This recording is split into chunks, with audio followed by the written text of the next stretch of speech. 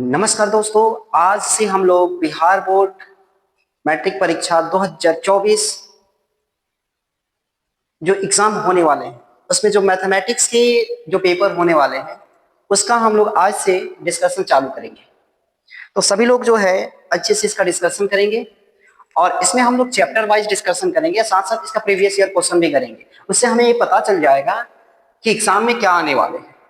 तो चलिए हम लोग बिना देरी किए हुए हम लोग चालू करते हैं अपना क्लास। देखिए, बिहार बोर्ड राष्ट्रीय परीक्षा 2025 में जो है जो एग्जाम होने वाले हैं उससे जो है जो भी मैथमेटिक्स के क्वेश्चंस हम कराएंगे उसी टाइप का क्वेश्चन एकदम आएगा।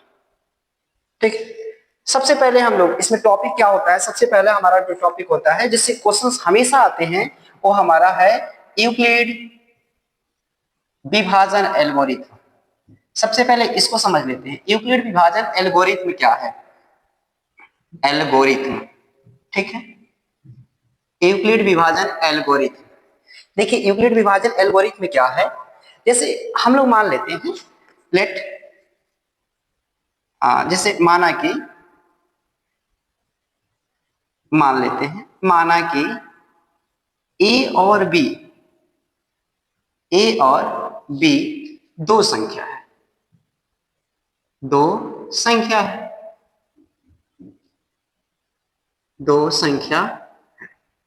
ठीक है।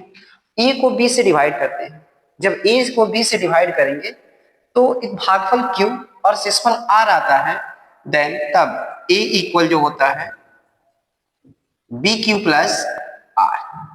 इसी को हम लोग यूक्लिड विभाजन एल्गोरिथम कहा जाता है। ठीक है, जब इसका आर जीरो हो जाए ना, आर जीरो, तो इसका बी वाला जो टर्म होता है बी क्या बन जाता है, HCF बन जाता है। यही आपको ध्यान रखना है। ठीक है, समझ में आया। जब अगर कोई दो नंबर है उसको हम भाग करते हैं और इस फॉर्म में रिप्रेजेंट करेंगे, इन्हीं को हम लोग यूक्लिड विभाजन एल्गोरिथम कहते हैं। और इसमें जब आर जीरो बन जाता है तो बी इसका क्या बन जाता है, HCF बन जाता है। इतना अगर समझ गए तो इस टाइप से एक क्वेश्चन 2 नंबर के आते हैं, वो आपका 2 नंबर पक्का हो गया। ठीक है, तो देखिए क्या क्वेश्चन आता है, इसको ध्यान से देखेंगे। ये क्वेश्चन, यूक्लिड विभाजन एल्गोरिथम का प्रयोग कर 135 और 225 का मासा ज्ञात करें। कैसे ज्ञात करेंगे, इसका सॉल्यूशन, इसका हम लोग सॉल्यूशन निकालते हैं। तो हमारा दिया हुआ है 135 और 225, इसका मासा निकालना है। तो हम इसमें सबसे जो बड़ी नंबर है उसको ए मान लेते हैं, ए इक्वल 225 और बी इक्वल 135 ले लेते हैं। अब हम लोग यहाँ पे यूक्लिड विभाजन एल्गोरिथम लगा लेते हैं। तो इसको शॉर्टकट में ई यूक्लिड विभाजन यानी EDL हम लोग क्या लगा देते हैं, EDL से। ठीक है, क्या होता है EDL, a equal b q plus r. A की वैल्यू क्या है 225 इक्वल बी की वैल्यू क्या है 135। इसमें आप किससे मल्टीप्लाई करेंगे कि इसके इक्वल आ जाए। तो 1 से अगर 1 2 से करते हैं तो इससे ज्यादा हो जाएगा, तो 1 से मल्टीप्लाई करेंगे अब प्लस इसमें क्या कर देंगे 90 ऐड कर देंगे। अभी देखिए बी आर की वैल्यू 0 नहीं हुआ, तो अभी फिर इसको कटाएंगे। अब हम लोग क्या करते हैं 135 को यहां रखते हैं इक्वल 90 इंटू 1, अब प्लस क्या कर देंगे 45 कर देंगे। अब यहाँ पे 90 इक्वल 45 में किससे मल्टीप्लाई 90 आ जाएगा 2 से, 2 प्लस क्या हो जाएगा 0। तो देखिए जब आर की वैल्यू 0 आ गई, अभी हम बताए थे आर की वैल्यू जब 0 आ जाएगी तो बी क्या हो जाएगा HCF। तो बी HCF, तो आर की वैल्यू जब 0 हो गई तो ये वाला बी है, तो HCF इसका क्या हो जाएगा, HCF इसका हो जाएगा 45। ये आंसर हो गया। तो इस टाइप के क्वेश्चंस एग्जाम में आते हैं। देखिए जैसे ये अभी जो एग्जाम हुआ था 2024 में, सेकंड सिटिंग में ये क्वेश्चन हुआ था। कैसे करेंगे सेकंड सिटिंग ये क्वेश्चन, सॉल्यूशन इसका चालू कीजिए। तो यूक्लिड विभाजन एल्गोरिथम का प्रयोग करो 148 और 185 का मासा ज्ञात करें। तो हमारे पास दिया क्या है, गिवन में दिया है, लिख लीजिए, दिया है 148 और 185। ठीक है, इसमें सबसे बड़ी संख्या क्या है 150, इसको ए मानिए और बी क्या मानेंगे 148। अब हम लोग यहाँ क्या लिख देंगे EDL से, यूक्लिड डिवीजन एल्गोरिथम, या EDA लिखिए या EDA ही लिख दीजिए, EDL लिख दीजिए। यूक्लिड डिवीजन लेमा ईडीए से। तो क्या होता है a equal b q plus r. A की वैल्यू क्या है 185 इक्वल ये क्या 148। इसमें किससे मल्टीप्लाई इसके इक्वल हो जाएगा 1 से मल्टीप्लाई करके कुछ ऐड कर दीजिए। तो क्या इसमें ऐड करेंगे वो आ जाएगा। तो 185 में आप 148 लेस कर दीजिए, क्या बचेगा 15 में से 8 जाएगा तो 7, यहाँ 7 बचे, 7 में 4 जाएगा तो 3, ये कट गया यानी 37 37। ठीक, इसको हम रेज कर देते हैं। चलिए अगला हम लोग अब 148 इंटू 37 में क्या मल्टीप्लाई करेंगे ये आ जाएगा। तो मुझे लगता है 4 से मल्टीप्लाई करेंगे तो आ जाएगा 4 इंटू 0। तो जैसे ही आर की वैल्यू 0 हो गया तो एचसीएफ इसका क्या बन जाएगा 37 बन जाएगा। समझ आया सबको। अब ये आपके माइंड में ये भी आता होगा कि सर ये निकाल कैसे दे रहे हैं। ठीक है, तो इसको निकालने का आप तो भाग मेथड से भाग की तरीका से आप एचसीएफ निकालना जानते हैं ना। कैसे निकालते हैं, जैसे 148 को इस तरीके से 85 में हमने क्या किया एक से कटाया 148 इंटू ये कट जाएगा ये 37 हो जाएगा। 37 में फिर इसको 148 से मल्टीप्लाई तो ये कितना मल्टीप्लाई कट जाएगा 4 तो 148 पूरा पूरा कट गया। तो ये इसका एचसीएफ 37 आ जाएगा। तो हमने क्या किया कि 185 इक्वल 148 में 148 में 1 से मल्टीप्लाई करके प्लस 37 होती है। फिर 148 इक्वल 37 में 4 से मल्टीप्लाई करके यहाँ पूरा कट गया तो 0 जोड़ दिए यानी पूरा पूरा कट गया यानी 37 इसका आंसर। तो या तो इस तरीके से बनी या तो इस तरीके से। जब भी अगर यूक्लिड विभाजन एल्गोरिथम की बात करेंगे तो हमें इस तरीके से बनाया जाता है। ठीक है, समझ आया। तो इस टाइप से आपका क्वेश्चंस देखिए, ये भी क्वेश्चन पूछा हुआ तो इसको भी आप कर लेंगे। ठीक है, कर लेंगे ना।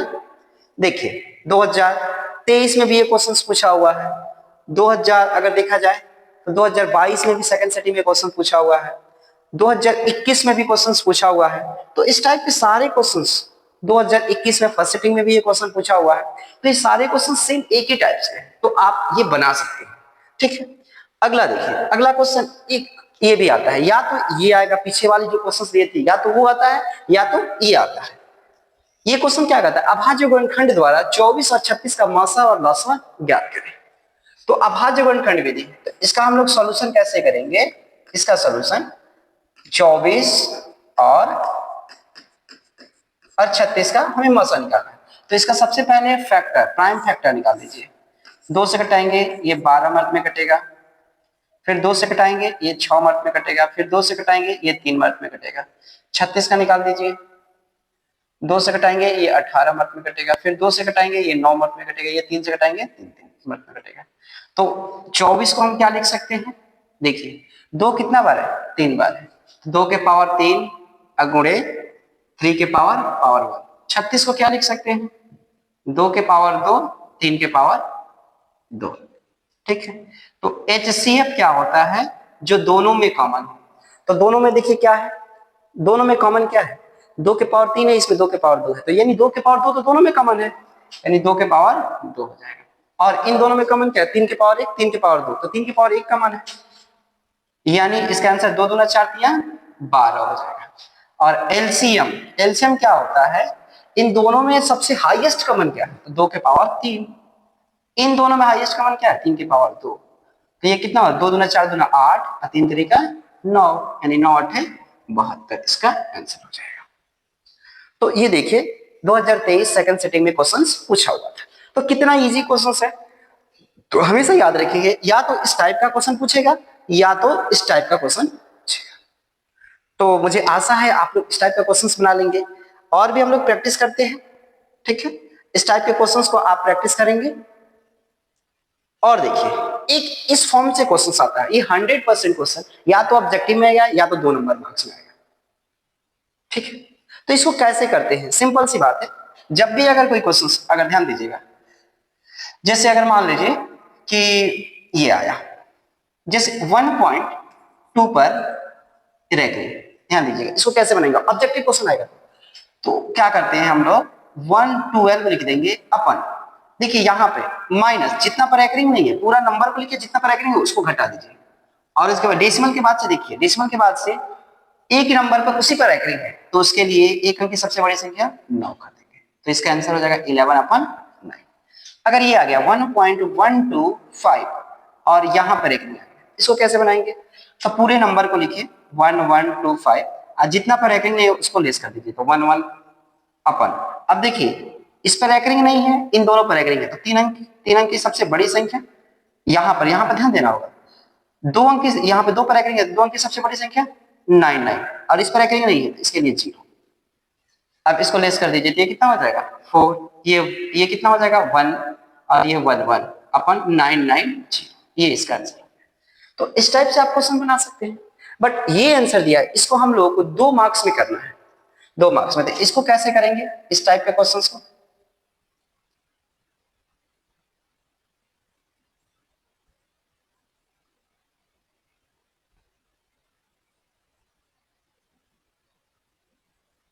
इसको कैसे करेंगे? सबसे पहले इसको रेज कर देते हैं हम लोग, रेज नहीं हो रहा है, ठीक, चलिए हम लोग करते हैं इसको करने के लिए हम लोग क्या करेंगे, लेट करेंगे, हिंदी में लिखना है ना। देखिए पहले हम लोग क्या करेंगे, मान लेंगे, माना कि x इक्वल 1.8 पे रखेंगे, समझ आया, 1 पे रखेंगे।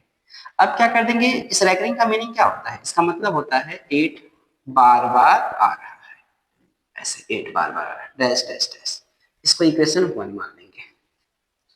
अब देखिए एक पे रैकरिंग है, इसलिए इसको हम 10 से मल्टीप्लाई करेंगे, यहां लिखेंगे दोनों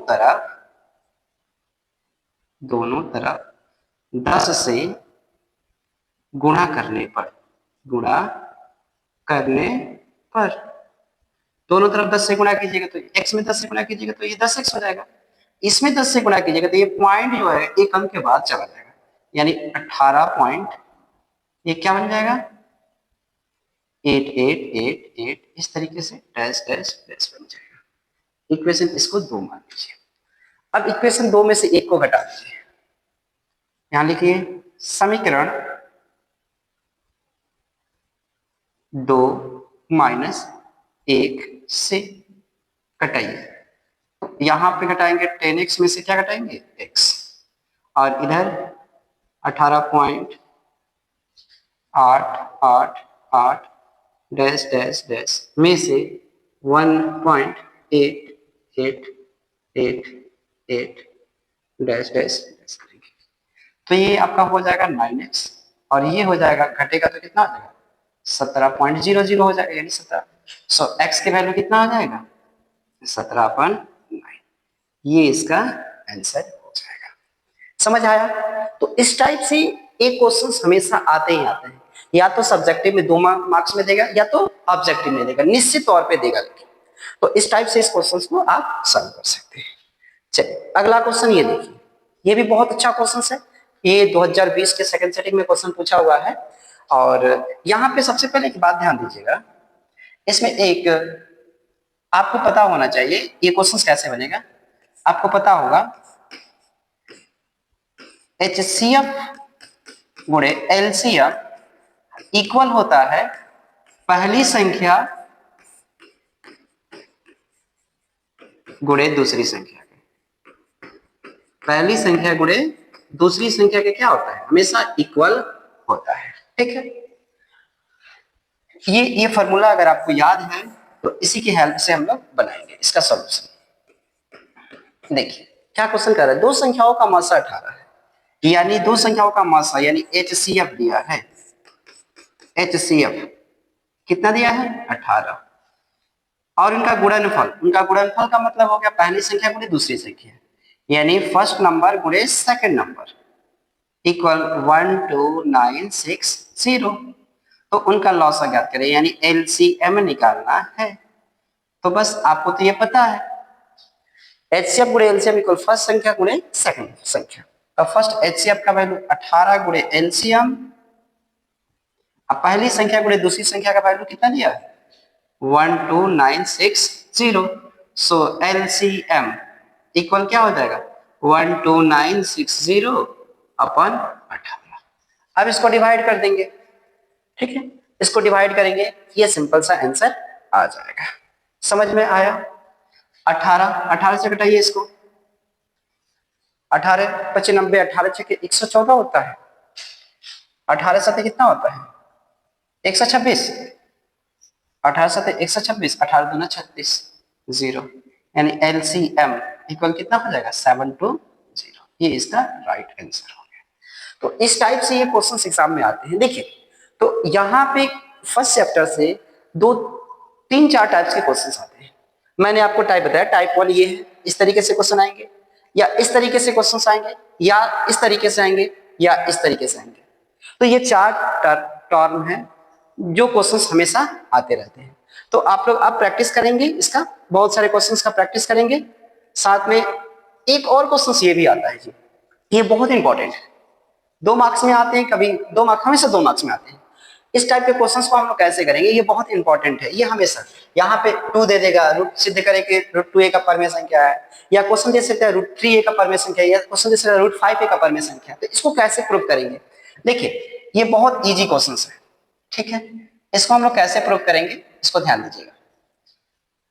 हम लोग ब्लू पेन का ले लेते हैं, इसका हम लोग सोल्यूशन, इसके लिए हम लोग क्या करेंगे, सबसे पहले हम लोग क्या करेंगे, √2a का परमेय संख्या प्रूफ करना है। तो हम लोग क्या करते हैं ना, सबसे पहले मान लेंगे, सबसे पहले मान लेंगे, माना कि √2 जो है ना एक परमेय संख्या, √2 क्या है, एक परमेय संख्या मान लेंगे, परमेय संख्या है, ठीक है, एक परमेय संख्या है। अब आपको पता है जब भी अगर √2 परमेय संख्या बन गया तो ये तो P/Q के फॉर्म में होगा, क्योंकि परमेय संख्या P/Q के फॉर्म में होता है। जहां हम लोग लिख देते हैं, जहां P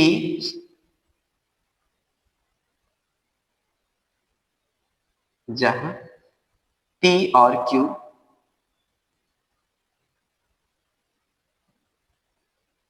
दो अभाज्य है, अभाज्य संख्या है, ये हमने अभाज्य संख्या है, ठीक है। अभाज्य संख्या का मतलब समझते हैं, P और Q में सार्वगुणज 1, यानी P में भी सार्वगुणज 1 हो, Q में भी सार्वगुणज 1 होगा, तो ये संख्या परमेय हो जाएगा। अगर सार्वगुणज 1 से ज्यादा होता है तो ये परमेय नहीं होगा, यानी हम जो माने वो गलत माने। तो हम P = 1/Q रख दिए।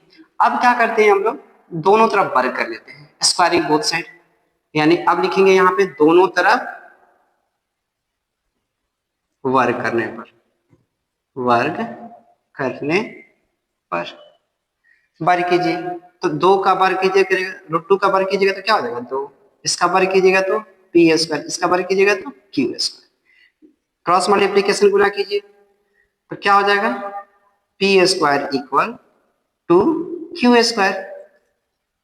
अब देखिए इसके अंदर में क्या है, कुछ नहीं है तो 0 है, इसका मतलब 2P² को क्या कर रहा है, विभाजित कर रहा है, 2P² को 2P² से विभाज्य है, इसका मीनिंग ये हुआ P² से विभाज्य है। या हम ये भी तो बोल सकते हैं 2P² से विभाज्य, इसका मतलब P से विभाज्य है, 2P से विभाज्य है, P से विभाज्य है पुनः, ठीक है। नाउ फिर अब हम लोग क्या करते हैं कि Q = हम 2 के लेट मान लेते हैं, ठीक है ना। नाउ अब हम लोग यहाँ पे माना के लिए देंगे, माना कि इसका स्क्वायरिंग बोथ साइड करेंगे, दोनों तरफ वर्ग करने पर, वर्ग करने पर वर्ग कीजिए तो ये Q², ये 2 दूना कितना हो जाएगा 4K²। अब देखिए तो Q किसके इक्वल है, अच्छा सॉरी, यहां पे हम लोग P मानते हैं ना, P मानते हैं, P, ठीक है, यहां P मानते हैं,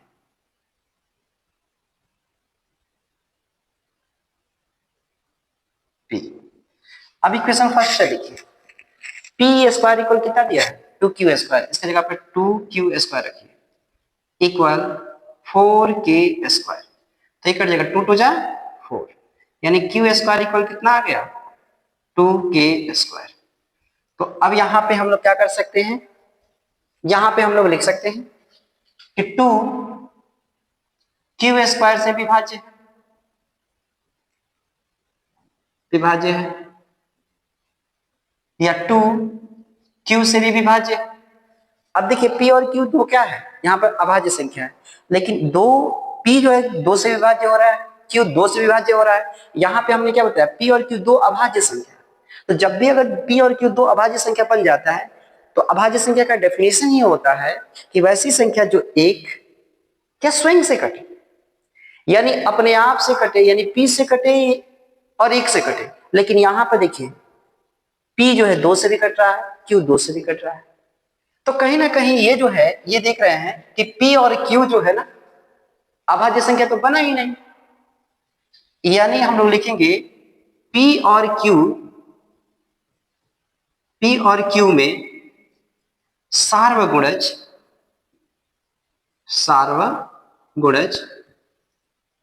2 हो रहा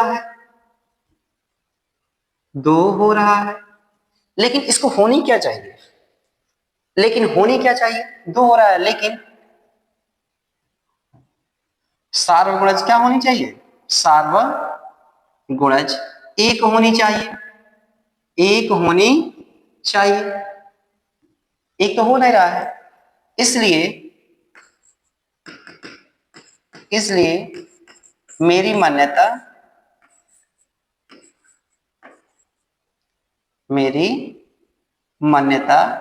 क्या है, विरोधाभास है। और जब विरोधाभास हो गया इसलिए √2 क्या बन गया, √2 एक अपरिमेय संख्या है। अब हम लोग गलत माने हैं तो जो दिया है उसको मान लीजिए, √2 एक अपरिमेय संख्या है। इस तरीके से इस क्वेश्चन को हम लोग प्रूव कर देते हैं। तो ये क्वेश्चंस बहुत इजी क्वेश्चंस है, ठीक है। तो आप लोग इसको प्रूव कर सकते हैं, निश्चित तौर पर प्रूव कर सकते हैं।